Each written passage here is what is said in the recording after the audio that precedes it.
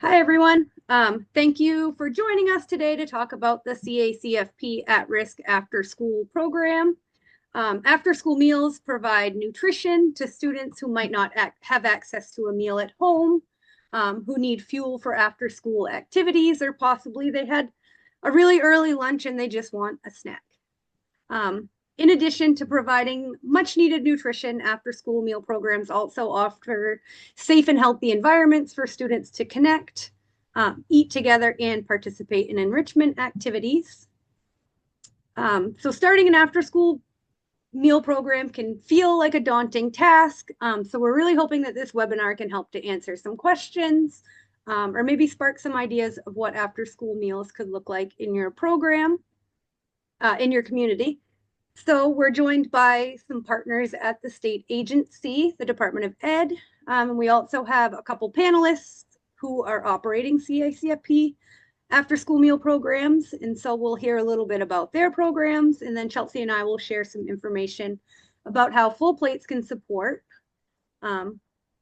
Feel free to introduce yourself in the chat. There's also a Q&A function that you can use if you have questions, but we'll also hold some time at the end of the webinar to do that as well. So I'll start. My name is Kirsten. I'm the Community Engagement Manager with Full Plates. And so a lot of my focus is on the out of school time meals, so summer and after school.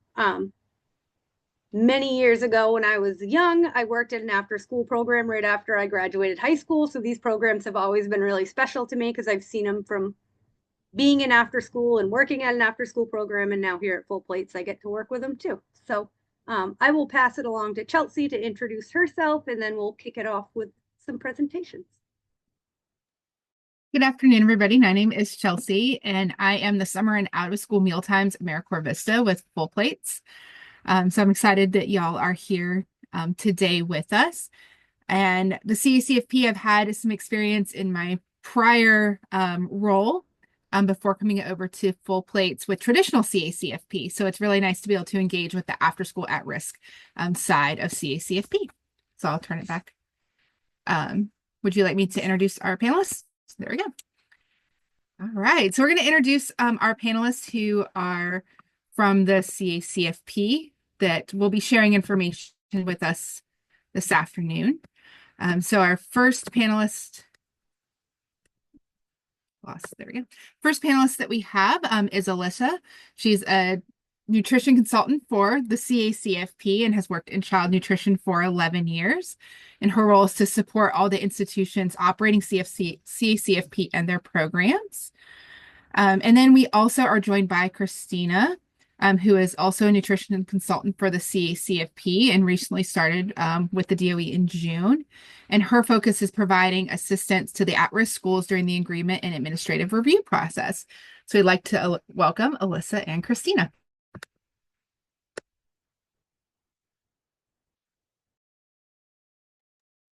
Thank you. You can just tell me whenever to swipe through slides and I'll move them for you. Okay, sounds good. Thank you for having us today. So we're going to briefly go over what CACFP at risk is. You can go to the next slide. So LD 577 is a public law that was passed back in 2019, and it requires any school district with a school that is at least 50% or more free and reduced to participate in CACFP or to opt out of the program. So we've had a lot of schools jump on board because of the law. It's been wonderful. And yeah, it's been great. You can go to the next slide. So at-risk programs are another child nutrition program. They can operate outside regular school hours. So typically it's usually an after-school program that operates when school's not in session. So as soon as the school bell rings, the program can begin. And it includes holidays and vacations, not school vacation in the summer, but any other vacations during the school year. At-risk sites can serve up to 1 meal and 1 snack per child per day.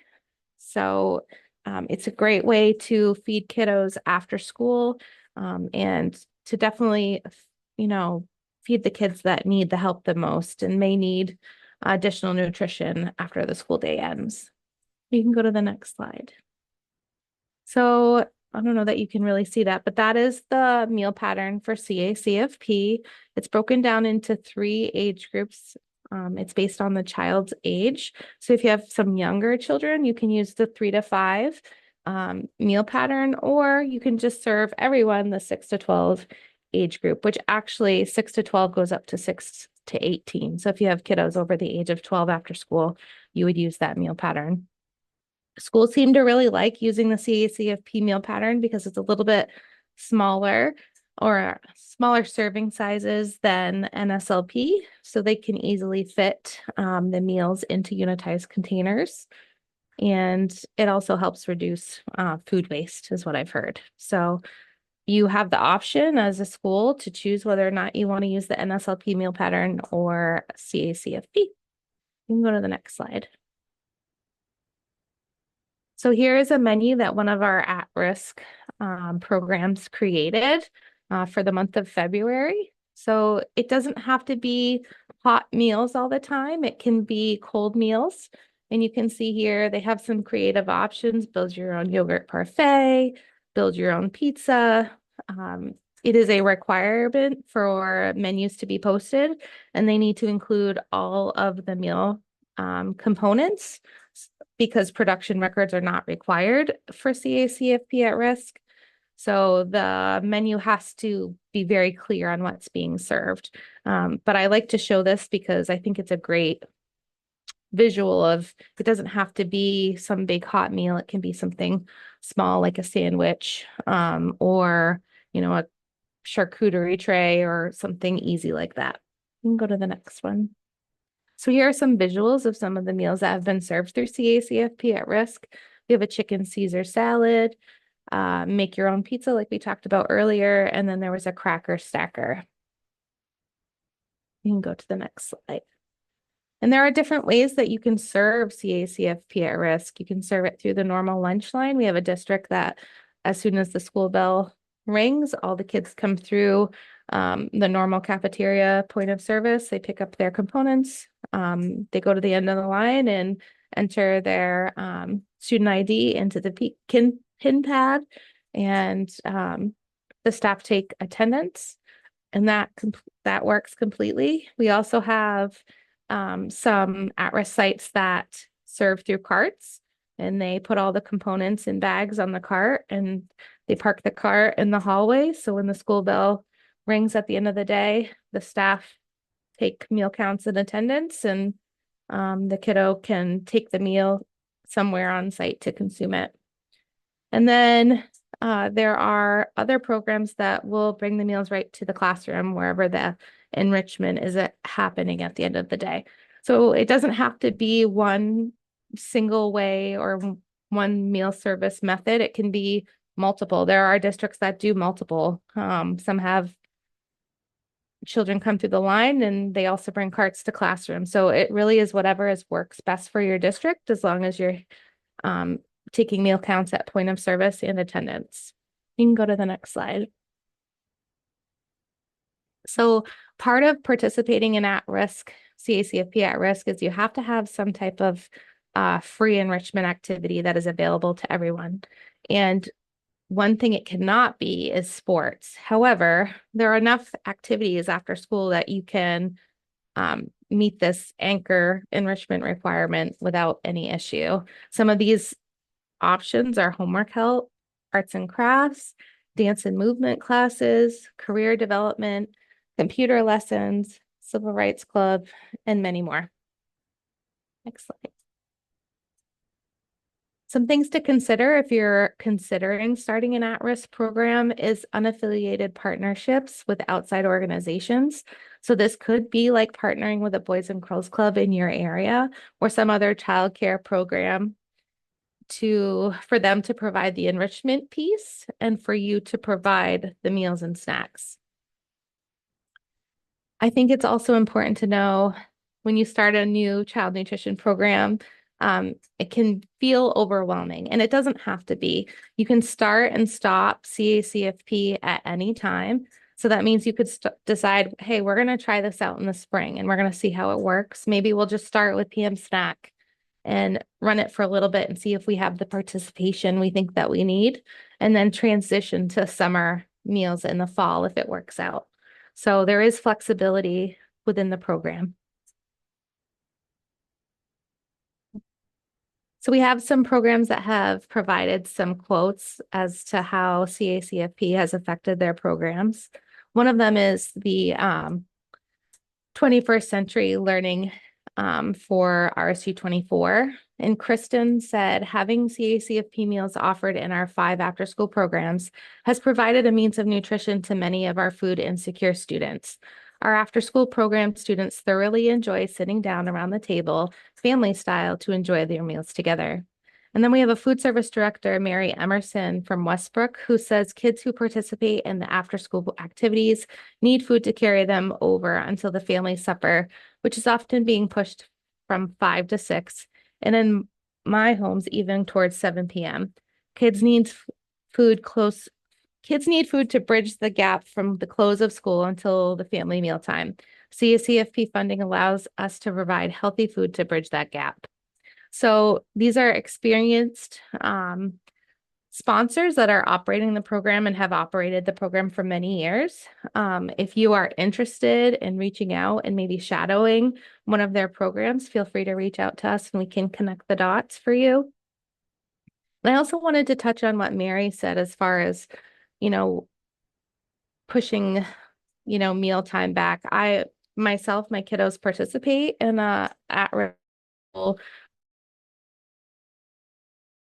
after school, and it's been so incredibly helpful, especially since they've started more upper level sports teams, that they are consuming meals before they have to go and play. And there are a lot of schools that say the coaches are really one of their best advocates for CACFP because they see the importance of the kids getting nutrition before they expel all that energy. So lots of different ways to operate CACFP. You can try it. If it doesn't work out, there's no obligation to continue. You can stop at any time, but it's definitely worth a try. So if you have any questions, reach out to us at any time. Next slide, yeah.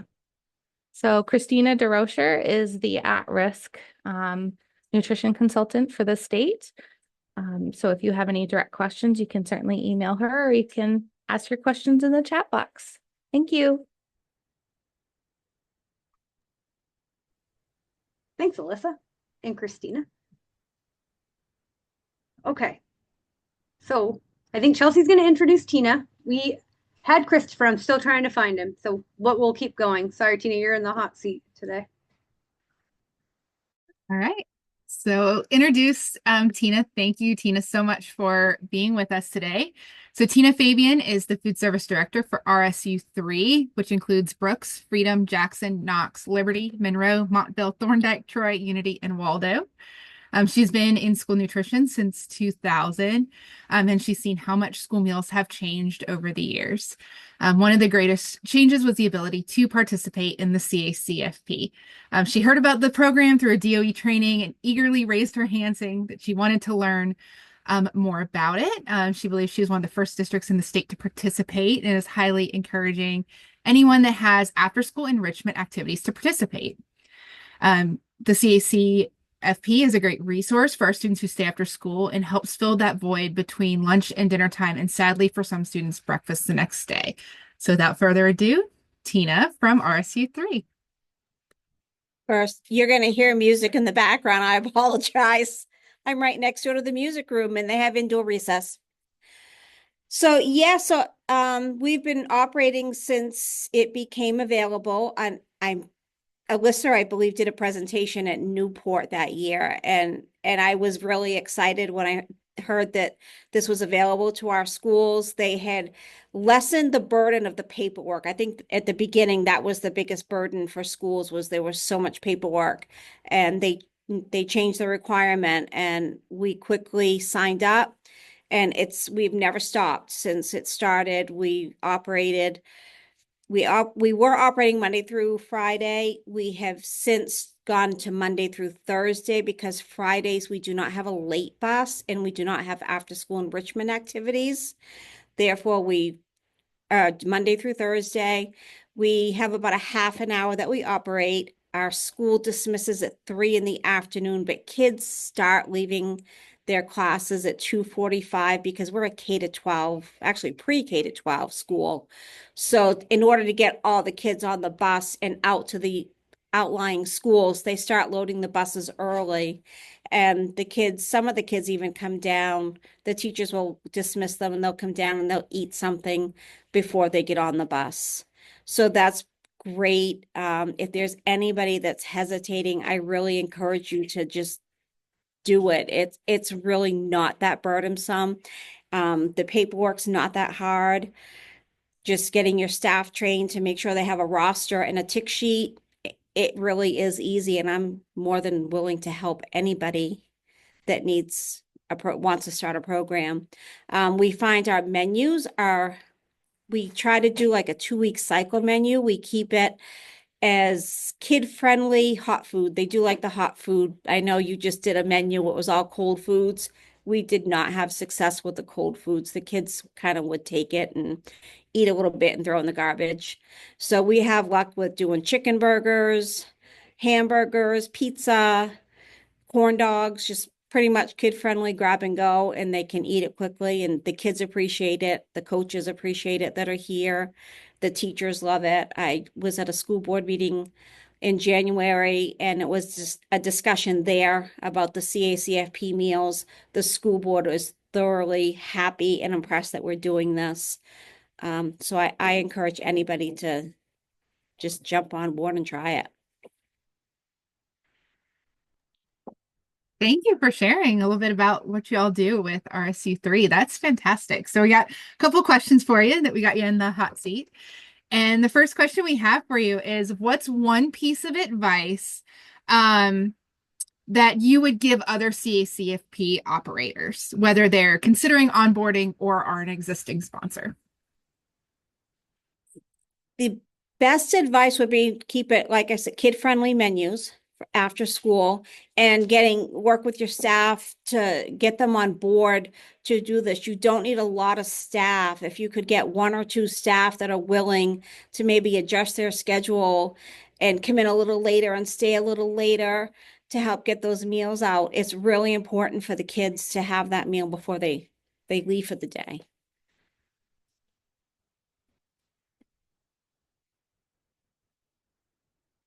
And get your school board on board because they're always the best advocates.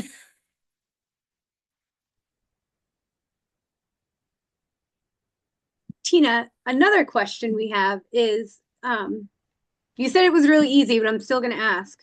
What would you say would have been your biggest challenge when you started doing your program, and what kind of steps did you have to take to overcome the barrier? I think some of the biggest challenges, and it still is for us, is we don't always know how many students to expect.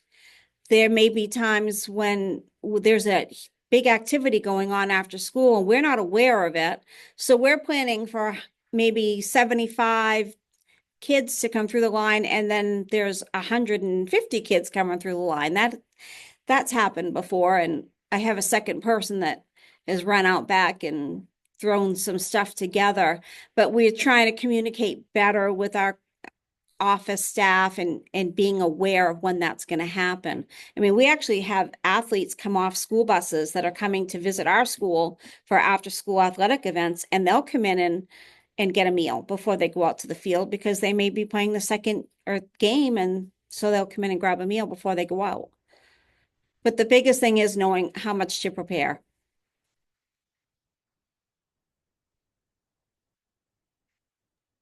Thank you. Thank you for sharing that.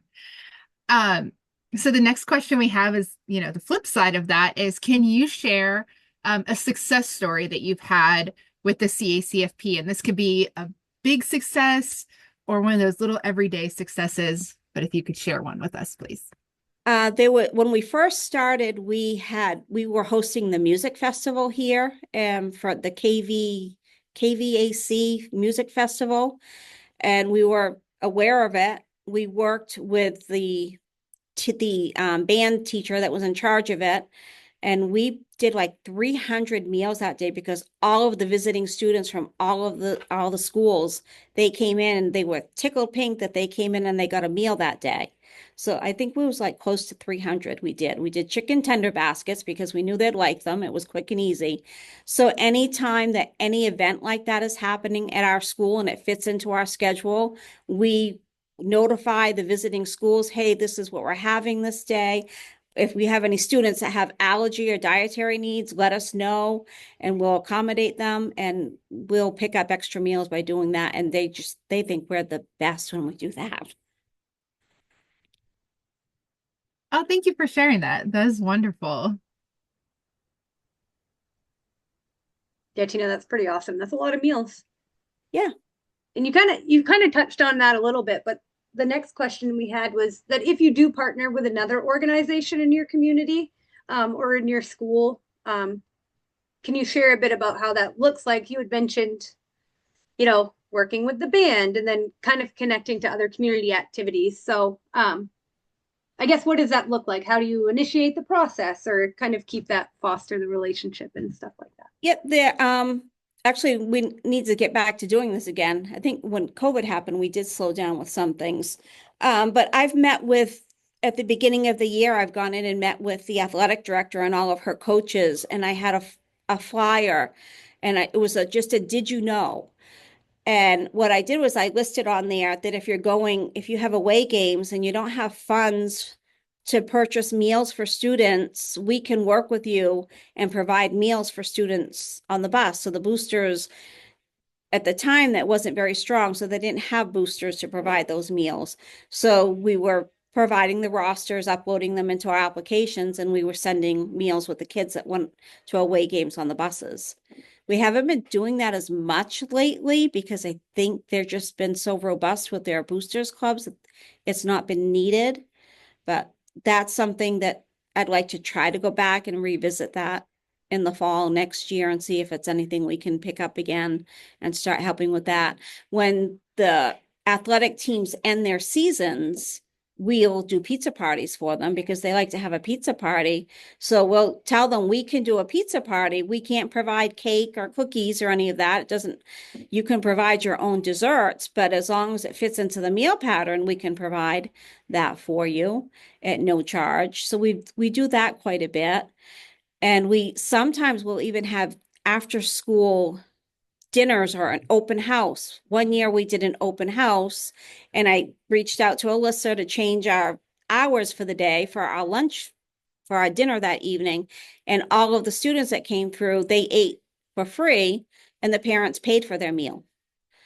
So it was a great way to get families in here, provide a meal and show them what we can, school lunch isn't what everybody always thinks it is. So it's a nice time to be able to highlight what your staff can do and what we can offer for food.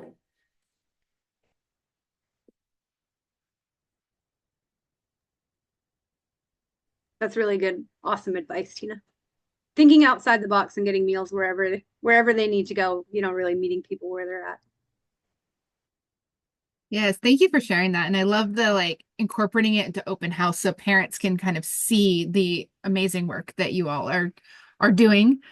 School meals have changed a lot since all of us have been in school. So greatly appreciate that. Right. The next question I have for you is what resources have been the most helpful to you with running the CACFP? The resources is networking with other directors who will participate in the program and reaching out to our DOE for help along the way. I mean, I always tell anybody, even a new director, don't be afraid to call DOE. They're there to help us. They're not there to sabotage us. So if you're doing something wrong, you're not sure, just call and ask. And they're full of wealth and that they can lead you to somebody. If you're struggling with something, they know somebody in the field that they can connect you with that said, hey, go talk to this person. They might be able to help you solve that problem.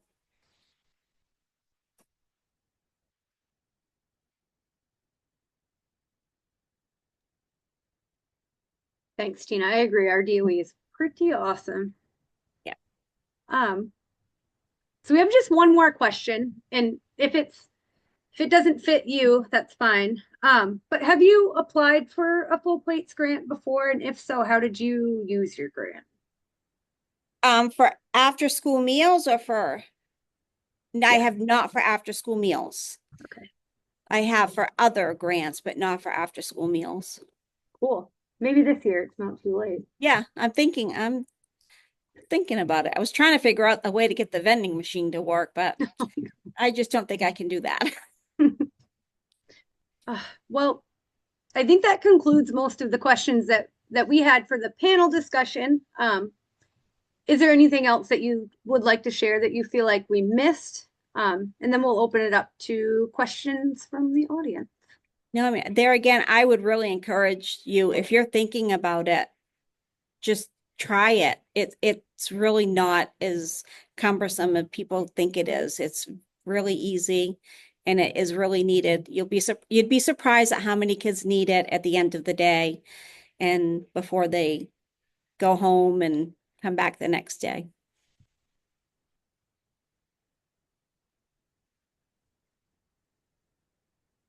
Thank you so much, Tina, for sharing your knowledge and your experience with us today. And with that, I'd like to open it up to any of our participants who are on this webinar. If you have any specific questions for Tina of RSU3 or for Alyssa and Christina with the DOE, you can use the Q&A function at the bottom of your screen to type that question in, and then we will pass it along for them to answer.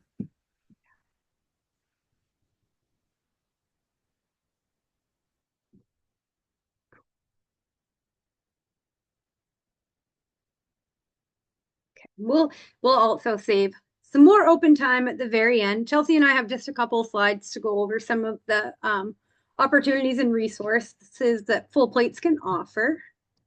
So I will start sharing my screen.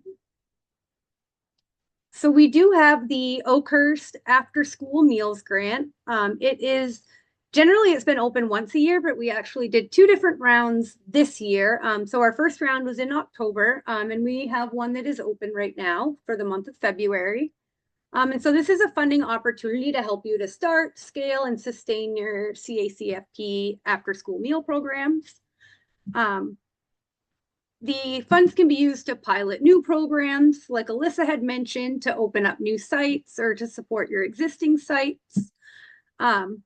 Grants range from $500 to $5,000 for an existing sponsor, and if you're a new sponsor, it's $500 to $8,000.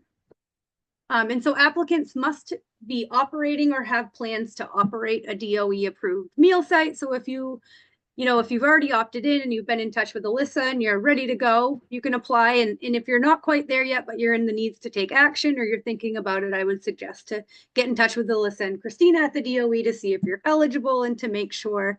But yeah, we welcome grants. The application deadline is February 25th. And the grantees will be announced on March 25, 2025. And so a couple of allowable expenses under the grant is some marketing and outreach. So maybe printing out flyers or translating materials, equipment and supplies. So it might be a couple bigger pieces of equipment like a new fridge. I think we've had someone have before, but we've also had people apply for blenders and things like that to do smoothies after school, and to supply some supplies for taste tests. Also, we can help cover transportation costs. So purchasing or leasing vehicles, maintenance and repair, fuel costs, food for your taste tests, menu samples or recipe development, and then short-term staffing costs that are specific to the grant project, like professional development or staff training, staff time to help cultivate some of those partnerships and relationships. And then funds may not be used for, so funds cannot be used for food served for consumption and reimbursable meals. And they can't be for ongoing staff or operational costs required to operate the child nutrition programs. And so I'm just going to repeat that because I know that's a little bit tricky because it says 2 different things in the slide. So we can help to fund things that are used for a taste test to try out new menu items and things like that, but they cannot be food that's used in a reimbursable meal. So if anyone has questions, you can feel free to reach out to us or even Alyssa. But yeah, I just wanted to reiterate that piece. And here's some more past ones. So I'll share a little bit about some of our past grantees for the Oakhurst After School Meals Grant. So the first one was from the Alfond Youth and Community Center in Waterville, and they upgraded some of their seating in the cafeteria to make it this warm, welcoming space with tables that were appropriate sized for the students. So that was one of the things that they put their grant money towards. Also the Old Town Orono YMCA, they upgraded their kitchen equipment that allowed students and communities to participate in cooking activities. The Auburn Lewiston YMCA received a grant to support specific teen programming, which teens are a really good audience for enrichment activities to really keep them engaged as they get older. So they used it to purchase two worktop refrigerators to accommodate more food and smallwares and enrichment supplies to build out their teen program. And then finally, the Bangor Region YMCA are expanding to open a new CACFP site and are looking at doing some Harvest of the Month taste testing, like Kirsten was just talking about doing some funding for taste testing. So those are just some of our past grantees. And again, if you have any questions or are thinking of a project that might fit within the grant guidelines, you're welcome to reach out to us. And then you can go ahead to the next slide. So the other thing that we want to talk about a little bit today, in addition to our grant programming, is our out of school time meals work group. So this is a space. We meet the last Thursday of each month from 1 to 2 p.m. All folks are welcome to join this. But it's a space for the community to come and share ideas and challenges and resources, to talk to each other, to kind of glean different ideas from different programs from across the state, to really help these programs be a success. In the months of September through February, we focus on after school meals specifically, and then we transition because summer is right around the corner. From March until August, we focus more on the summer meals programs. And group members are welcome to join year-round for both topic areas, or if you only do one or the other, just join during the part of the year that is kind of most applicable to what your organization does. But it is a great space for collaboration and really growing these programs across the state of Maine.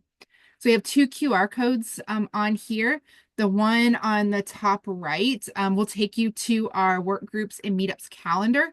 This also includes other meetups that Full Plates hosts, which is for our food service directors. Those are also listed on that calendar. And then if you're interested in signing up for the work group, the QR code at the bottom left will take you right to the Google Doc to sign up to get more information about that. All right. So we would like to open it up to some Q&A, and we did get some great questions in the chat. So I'm gonna stop sharing real quick. All right. So Kirsten, are you fine? I'll just read them off, and then if any of our panelists would like to jump in and answer the specific questions, I'll kind of throw it out to y'all to answer. So the first question that we have for y'all is, what does your staffing model look like when you're preparing hot meals with the CACFP? I'm going to assume you want me to take that one. That one's you. So our staffing, because school ends at 3 for us, I do have staff here. I stagger everybody to come in throughout the day at different times. So I have somebody here until 3:30 every day. We have lunch ends at 1. So when my staff takes their lunch break from 1 to 1:30, I have somebody that comes back at 1:30 and she will start preparing her meal for after school, her hot meal. And we have warmers that we put it in and then pull it out on the line. when the kids start coming through. They start coming through about 2:45. I'll say we also have a grab and go cooler I didn't mention. We always have a grab and go cooler for our lunches. So it has like peanut butter and jellies, yogurt parfaits, pre-made salads. And we have that available as a backup. So if a student comes in and let's say we have a chicken burger and they may be a vegetarian, so they don't want a chicken burger, they do have a choice to go to the grab and go cooler, get a salad. Well, the salads usually have meat on them, but we have yogurt parfaits and we have peanut butter and jellies. So we do always have a second option as a backup. Thanks, Tina. Yeah, thanks, Tina. All right, the next question that we got is there a bank of approved snack recipes or menus that school nutrition directors can access? So I would say there is not a bank specifically for menus, but USDA has wonderful resources. If you go to their webpage, they have CACFP recipes that are credited towards the CACFP meal pattern, all different kinds. There is also the Child Nutrition Recipe Box, which has recipes for NSLP as well as CACFP. And the CACFP ones are credited. Some of them you can choose for smaller sites as well as larger sites. So those are helpful resources. And then the National Sponsors Association for CACFP also has a bunch of credited recipes and suggestions on their websites.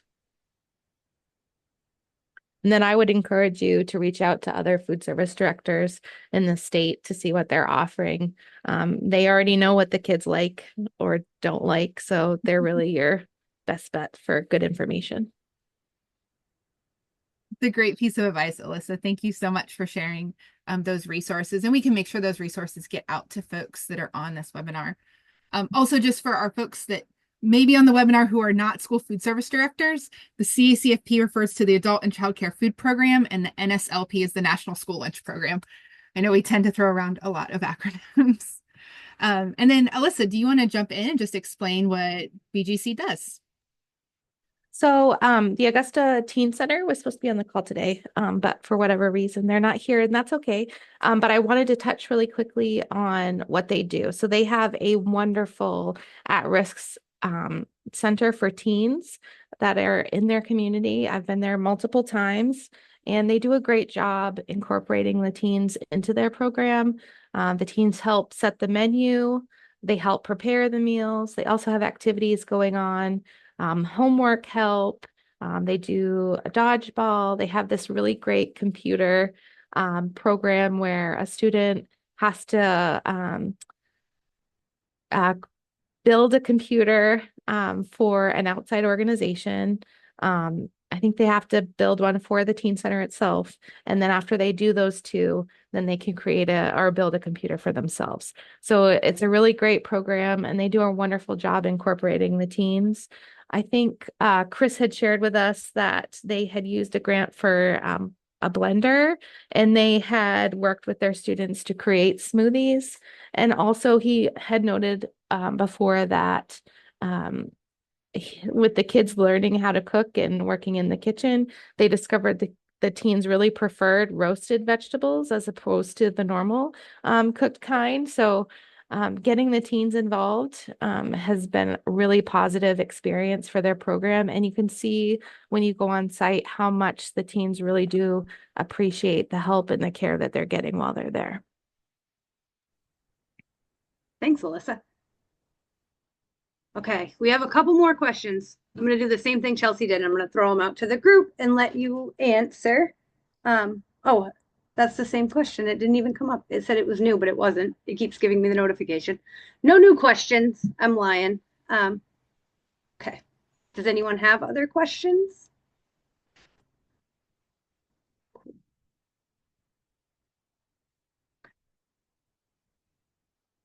One other resource that I will also shout out, and we can make sure that we send across our slides and things like that after the webinar has completed.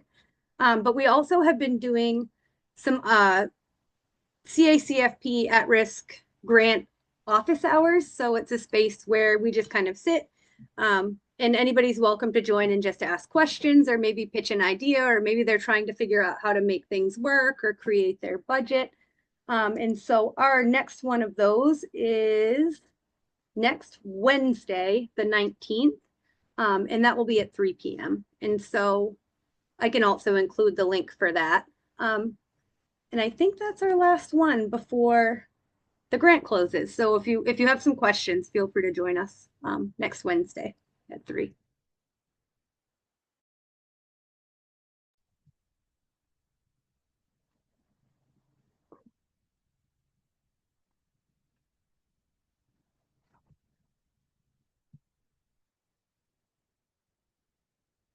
Well, thanks everyone for coming. I think it looks like there aren't any questions, but please feel free to follow up with any of us afterwards if something comes to mind. But we really appreciated hearing from all of you today. Like we said, it feels really daunting to start a program, but I think that hearing from all of you can really help people to think outside the box like Tina does, or to just kind of simplify things. So thanks a lot for sharing.